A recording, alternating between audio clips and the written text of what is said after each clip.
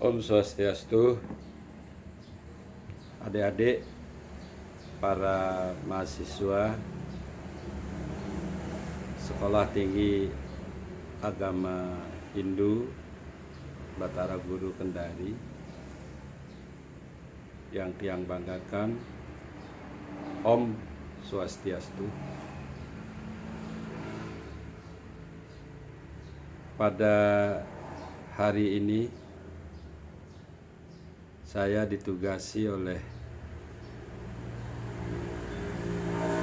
para pengurus untuk membawakan materi itihasa. Nah, itihasa itu merupakan salah satu sumber autentik dari ajaran agama Hindu. Oleh karena itu, karena dia adalah salah satu sumber ajaran autentik, maka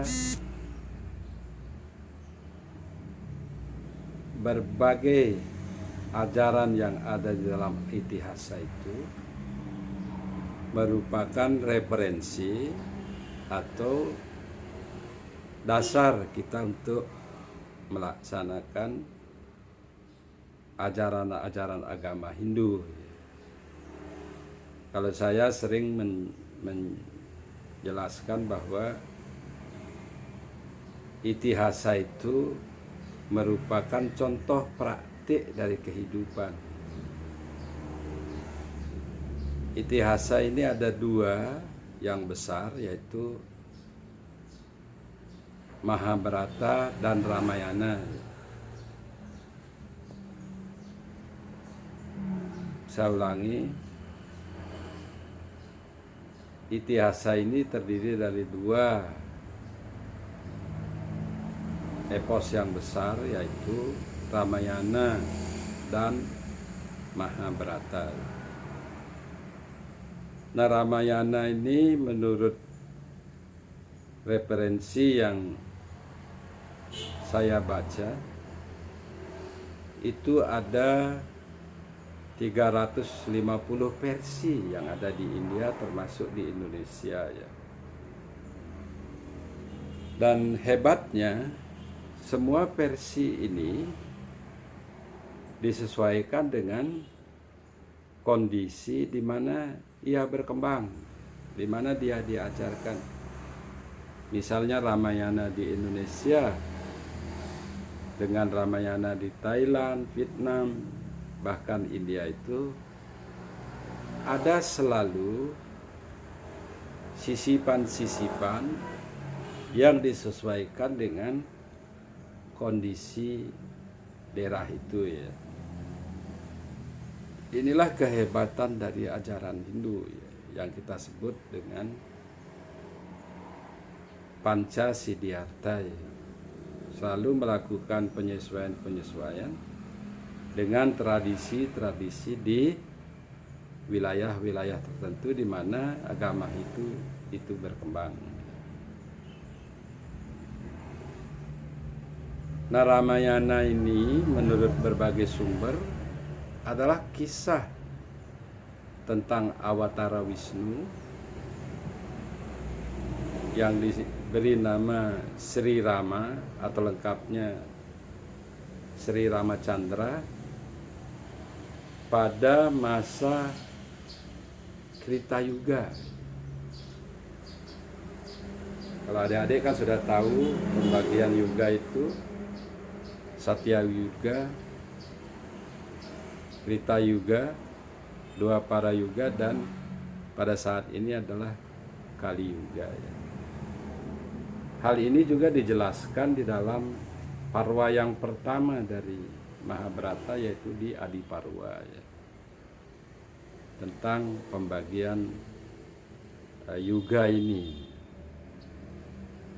Adik-adik sekalian, untuk mempelajari ajaran Hindu itu tidak bisa hanya mengandalkan pada satu sumber atau adik membaca hanya satu kitab.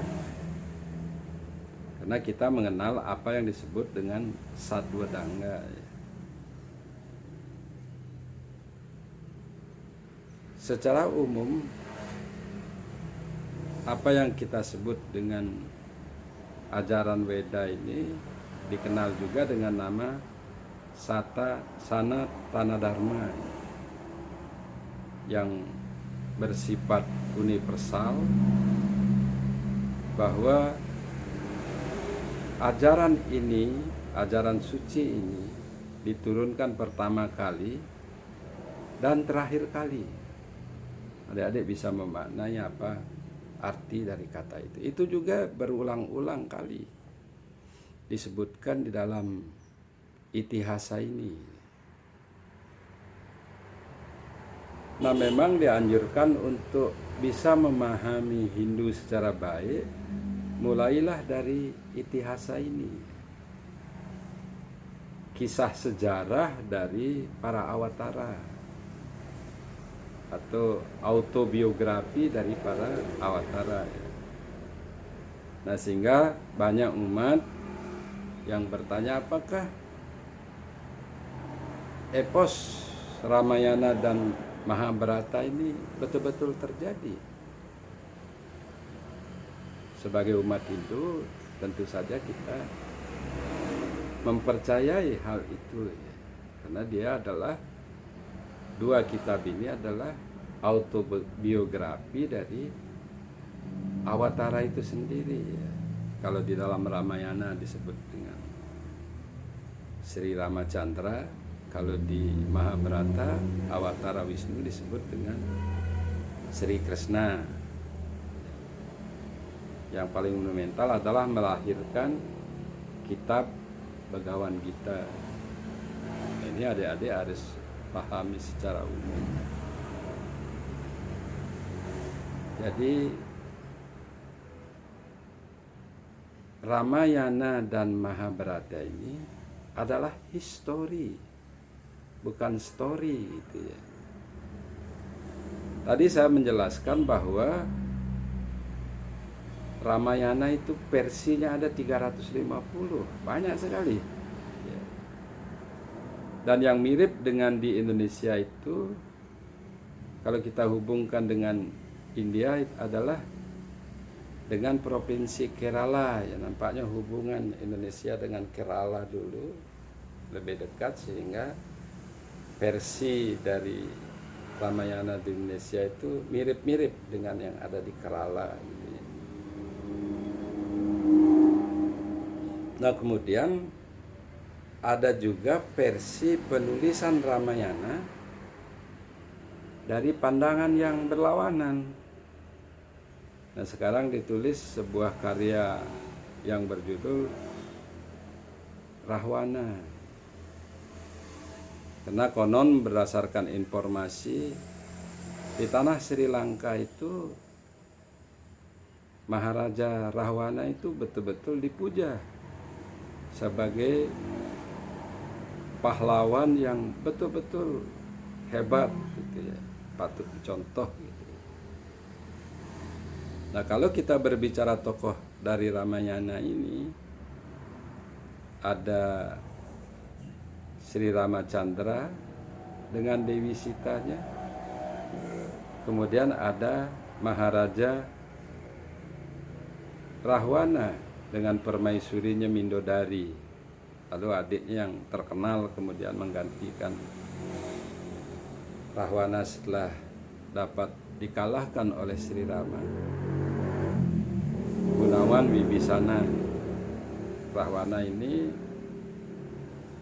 bersaudara 4 orang. Yang pertama dia sendiri Rahwana, yang kedua Kumbakarna, yang ketiga Gunawan Wibisana, dan yang terakhir adik perempuannya yang namanya Surkapanaka. Nah, di dalam beberapa sumber disebutkan bahwa ayahanda dari Rahwana, Kumbakarna, Gunawan Wibisana, dan Surpakanaka ini adalah seorang Brahmana yang sangat paham tentang ajaran Sanatana Dharma. Nanti adik mohon cari siapa namanya Maharsi itu, ayahanda dari Rahwana. Kemudian Rahwana ini mempunyai saudara tiri juga yang namanya Kubera, yang kita sembah sekarang sebagai dewa kekayaan. Karena Rahwana ini astra, kalau adik di dalam, kalau sudah membaca Manawa Dharma Sastra itu ada ketentuan-ketentuan yang menyebutkan bahwa kalau seorang Brahmana yang menikah dengan bukan perempuan Brahmana, maka anak-anaknya itu disebut astra, sehingga tidak mempunyai hak terhadap waris orang tuanya sang Brahmana itu. Nah, Rahwana dan adik-adiknya ini adalah tergolong astra, sehingga dia tidak mempunyai hak atas pewarisan dari ayahandanya. Karena ibu dari Rahwana ini adalah seorang putri Asura. Seorang putri Asura, yaitu putri dari saudara kandung dari raja kecil Asura yang bernama Merica, Raja Merica. Ini Raja Merica lah yang kemudian menjadi penasehat dari Rahwana kelak setelah dia menjadi diraja di dunia ini. Dan memang kalau kita melihat kesaktian dari Rahwana ini luar biasa. Dan ia memiliki kereta terbang yang namanya Wawana Puspaka. Itulah yang digunakan untuk membawa Dewi Sita dari hutan Dandaka menuju ke Alengka. Itu. Nah, kemudian di dalam Ramayana ini juga ada tokoh yang lain. Laksmana, ya, seorang pemuda yang sangat tangkas, sangat setia kepada Sri Ramacandra. Bahkan ketika dia mengasingkan diri ke hutan itu juga menyertai dengan meninggalkan anak istrinya, karena saking cintanya kepada Sri Rama sebagai awatara Wisnu, Sri Wisnu. Di samping itu juga ada tokoh-tokoh lain. Kalau pada tingkatan resi atau pandita itu ada Wasista, ada Wiswamitra, ada Walmiki, ya, banyak sekali disebutkan. Dan bahkan juga yang cukup fenomenal adalah Resi Ramaprasu, yang juga adalah titisan Wisnu. Jadi sama-sama titisan Wisnu ketemu di dunia. Nah, kemudian pada saat terjadi sayembaranya itulah kemudian sebutan awatara dari Ramaprasu itu diserahkan kembali kepada Sri Rama. Sehingga sejak itu Maharesi Ramaprasu itu mulai kehilangan kekuatannya karena sudah lahir awatara lain yaitu Wisnu. Nah, ini tidak banyak diceritakan dalam versi Ramayana, ya ini kita dapatkan pada sumber-sumber yang lain. Nah, itulah pengantar dari Ramayana yang nanti adik-adik tolong baca sendiri. Kalau mengandalkan dari dosen tidak bakal bisa selesai gitu ya. Jadi adik harus searching sendiri sumber-sumber mengenai itihasa ini. Kemudian mengenai Mahabharata, ini luar biasa. Mahabharata ini juga sumber autentik ajaran Hindu. Mahabharata kisah ini terjadi pada masa dua para yuga. Yang pertama tadi adalah Satya Yuga, yang kedua adalah Treta Yuga, dan kemudian yang ketiga dua para yuga, dan yang sekarang adalah Kali Yuga. Berdasarkan referensi yang ada, versi dari Mahabharata ini jauh lebih banyak, bahkan 4 kali lebih banyak dari epos Ramayana, yaitu sekitar 1250 versi. Lagi-lagi versi Indonesia itu mirip dengan yang dari Kerala. Ini sama dengan Ramayana, juga ada tulisan yang mengungkap Mahabharata dari versi Duryodhana atau yang disebut dengan Suyudana, yang nama bukunya Mahakuraba. Jadi kita akan melihat titik balik dari cerita Mahabharata yang kita baca sehari-hari sangat berbeda menjadi lengkap, karena ada juga versi yang berlawanan sedikit dengan Mahabharata yang kita baca selama ini. Nah, ini dunia ini semakin berkembang, orang semakin terus mencari, menggunakan manas dan wiveka jananamnya untuk memahami apa yang disebut dengan perkembangan zaman itu. Kita bisa lihat nanti kalau adik sudah membaca Ramayana, betul kata Manawa Dharma Sastra bahwa pada zaman Satya Yuga itu kebenaran itu masih berkaki 4. Ini juga ditulis di Slokantara. Lalu pada zaman Satya Yuga sudah hilang 1 kakinya, tinggal 3. Pada zaman Dwapara tinggal 2. Lalu di zaman Satya, di zaman Kali Yuga ini tinggal 1. Nah, itu. Kemudian tokoh yang terkenal di dalam Mahabharata ini adalah Sri Krishna dan Sangkuni. Ya, inilah tokoh sentral dari Mahabharata. Bahkan ada yang mengatakan bahwa sesungguhnya perang dari Mahabharata itu adalah pertempuran antara Awatara Sri Krishna dengan Sangkuni, dan yang lain-lainnya itu hanyalah alat untuk mencapai tujuan. Di pihak Panca Pandawa ada Sri Krishna, ada Yudhistira, ada Bima, Arjuna, Nakula, Sahadewa, itu tokoh. Kemudian ada Drupadi.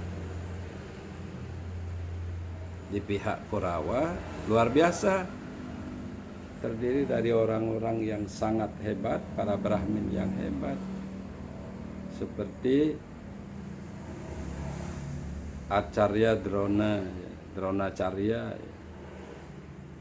seorang Brahmana yang sangat mahir Weda, tetapi juga mempunyai pengetahuan yang luas tentang, bahkan mampu menggunakan berbagai senjata. Itu hebatnya. Itu hebatnya. Dan juga adik mungkin berpikir Drona ini gurunya Ramaprasu gitu, yang hidup di masa Treta Yuga. Pada zaman Ramayana, Ramaprasu ini sudah ada. Kemudian Karna juga menjadi muridnya, lalu Bhisma juga menjadi muridnya. Lalu di pihak Kurawa itu adalah kesatria-kesatria hebat luar biasa ya. Tetapi akhirnya juga dapat dimusnahkan oleh Pandawa karena peran Sri Wisnu yang menjelma menjadi manusia yang kita kenal dengan Sri Krishna. Seperti itu. Nah, ini perlu dipahami. Di dalam Mahabharata inilah kemudian menjelang terjadinya perang di medan Kurukshetra itu, lahirlah kitab Bhagavad Gita yang merupakan percakapan antara Tuhan itu sendiri, dalam hal ini Sri Krishna, dengan muridnya yang terkasih Arjuna. Kalau adik-adik nanti membaca sudah lebih banyak dari berbagai sumber. Ketika Udawa mempertanyakan kepada Sri Krishna, "Oh Paduka Tuanku, siapakah sebenarnya orang yang Tuanku sukai?" Dalam pikiran saya jawabannya adalah Yudhistira atau Arjuna, tapi ternyata lain. Yang dia sukai beliau adalah Bima. Aku sebenarnya sangat menyukai Bima, karena apapun yang aku katakan dia dapat laksanakan dengan baik. Nah, ini jalan bakti. Jadi orang bakti itu tidak perlu lagi bertanya ini itu, laksanakan saja. Nah, sedangkan Arjuna setiap apa disuruh dia tanya dulu, bukankah begini, bukankah begitu. Nah, itu Tuhan Sri Krishna juga kadang-kadang jengkel. Arjuna, jangan terlalu banyak bertanya, laksanakan saja, nanti suatu saat akan aku jelaskan. Nah, di sanalah kemudian dijelaskan, penjelasan itu menjadi Bhagavad Gita. Dan bagaimana situasi kebatinan munculnya Bhagavad Gita itu, adik harus paham. Menjelang terjadinya perang besar di Kurukshetra itu, di sanalah momen dan kita perlu merenungi. Jadi segala sesuatu perubahan itu terjadi ketika seseorang menghadapi sebuah masalah besar. Arjuna memahami sastra Weda, memahami kebenaran, dan mana yang benar, yang mana yang salah itu dipahami oleh Arjuna. Tetapi ketika dia berhadapan dengan para saudara-saudara dan gurunya itu, muncullah cinta kasih di dalam dirinya itu. Membunuh adalah tidak benar. Dia lupa bahwa tugas dari seorang sastra memang diperkenankan membunuh musuh gitu ya. Ini yang perlu. Nah, cerita Mahabharata itu dan juga Ramayana itu cerita berbingkai. Maksudnya di dalam cerita itu ada cerita lagi gitu ya. Jadi misalnya nanti adik kalau sudah membaca Adiparwa, hampir keseluruhan isi Adiparwa itu adalah Purana. 18 Purana itu Mahapurana. Adik-adik nanti juga akan belajar Purana. Purana itu dibagi menjadi 2. Mahapurana itu ada 18 kitabnya. Kemudian yang berikutnya ada Upapurana, Purana kecil gitu ya, juga 18. Nah, oleh karena itu silahkan adik-adik mempelajari dulu Itihasa ini. Nanti selanjutnya kita akan melakukan diskusi-diskusi. Dan sekali lagi saya katakan, dalam pertemuan dengan dosen itu yang waktunya hanya 90 menit itu kita tidak bisa banyak membaca. Kita beruntung pada zaman sekarang ini ada medsos, ada internet, ada sumber-sumber pengetahuan yang bisa kita cari di dunia maya. Oleh karena itu silakan adik-adik men-searching berbagai sumber-sumber itu, karena saya lihat adik-adik kan semuanya juga memegang smartphone. Saya kira demikian untuk kuliah yang pertama, dan saya akhiri. Om Santi Santi Santi. Om.